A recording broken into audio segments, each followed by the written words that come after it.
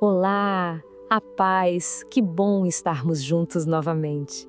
Hoje vamos conversar sobre uma das verdades mais bonitas e cheias de esperança da nossa fé, a promessa da ressurreição e da vida que nunca, nunca mais acaba. Seja muito bem-vindo ao nosso encontro. Sinta-se em casa, sinta-se acolhido, porque o assunto que vamos partilhar hoje, ele toca no fundo do nosso coração, no sentido de toda a nossa jornada, o nosso destino eterno. Vamos começar essa nossa caminhada lá atrás, sabe? Bem antes, no Antigo Testamento. A ideia de que existe vida depois do túmulo não é algo novo. É como uma sementinha de esperança que Deus plantou no coração do homem desde sempre. E essa fé, ela foi testada do jeito mais difícil que se pode imaginar. Pensemos um pouco na história daqueles 7 irmãos macabeus.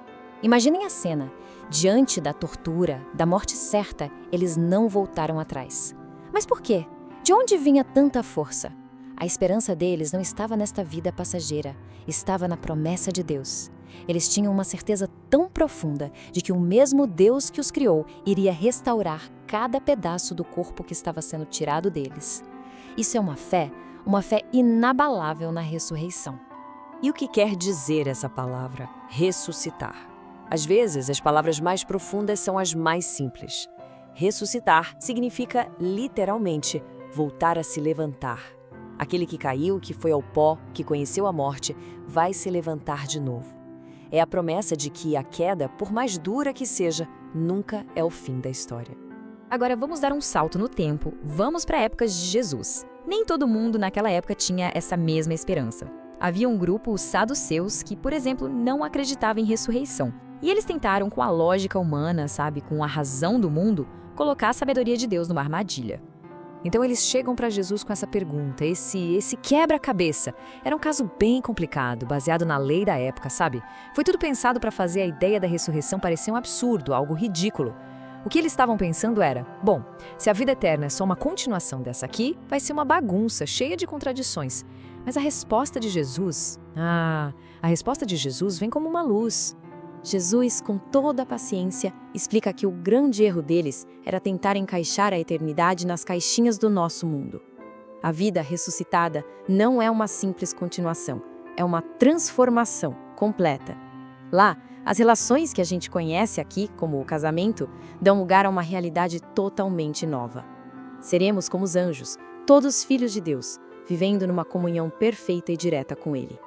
E aqui está o coração do argumento de Jesus. Ele faz os saduceus se lembrarem das próprias Escrituras. Deus se apresenta como o Deus de Abraão, de Isaque e de Jacó. Mas esses patriarcas já tinham morrido há séculos. Se Deus fala deles no presente, é porque, para Deus, eles estão vivos. A alma deles vive em Deus, aguardando aquele grande dia em que seus corpos também se levantarão. Isso tudo nos leva a uma pergunta muito importante. Mas por que o corpo tem que ressuscitar? Não bastava só a alma ir para o céu? A resposta está na dignidade, no valor imenso que o próprio Deus deu à nossa carne, ao nosso corpo. Sabe, muitas filosofias por aí, até hoje, enxergam o corpo como uma espécie de prisão, algo ruim, um peso do qual a alma precisa se livrar para ser feliz. Mas a nossa fé, ela nos ensina o exato oposto.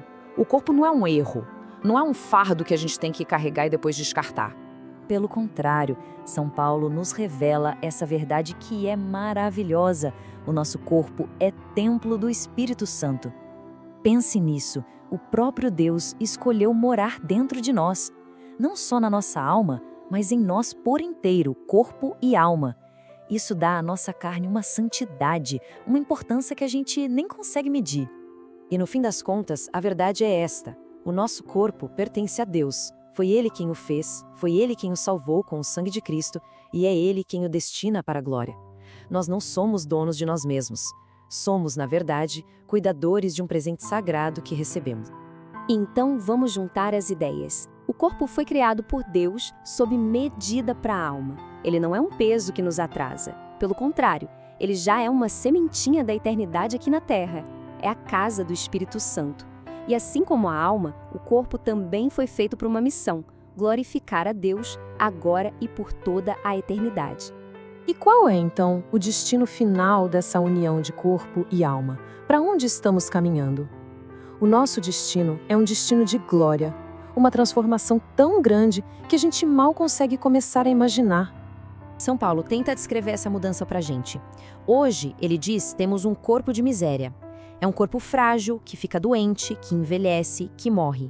Mas na ressurreição, este mesmo corpo será transformado num corpo glorioso, incorruptível, luminoso, um corpo semelhante ao do próprio Cristo ressuscitado. E essa promessa para o futuro, ela tem um poder imenso sobre o nosso presente. Se o nosso corpo tem um destino tão incrível, tão glorioso, como é que devemos tratar dele agora? São Paulo nos lembra, fomos comprados por um preço altíssimo, o sangue de Cristo. Por isso, a nossa vida, hoje, em cada gesto, em cada atitude, deve ser um louvor a Deus. Um louvor que se manifesta também através do nosso corpo. E se, por acaso, a nossa fé fraquejar, se precisarmos de um sinal visível de toda essa esperança, é só olhar para o céu. Olhar para nossa mãe, Maria, que foi elevada aos céus não só em alma, mas também em corpo. Ela é a prova viva. Ela é a realização antecipada daquilo que Deus prometeu para todos nós. Ela é como a primeira luz da manhã, que anuncia o sol da nossa própria ressurreição. E sim, a gente chega ao final da nossa conversa com essa pergunta, que fica para ecoar no coração. Se acreditamos de verdade nisso tudo, que não fomos feitos para o pó, mas para a glória eterna em corpo e alma, como é que isso muda a nossa forma de viver o dia de hoje? Como isso muda o jeito que tratamos o nosso corpo, que enfrentamos o sofrimento, que amamos as pessoas ao nosso redor, que essa esperança seja luz para os nossos dias. Fiquem com Deus.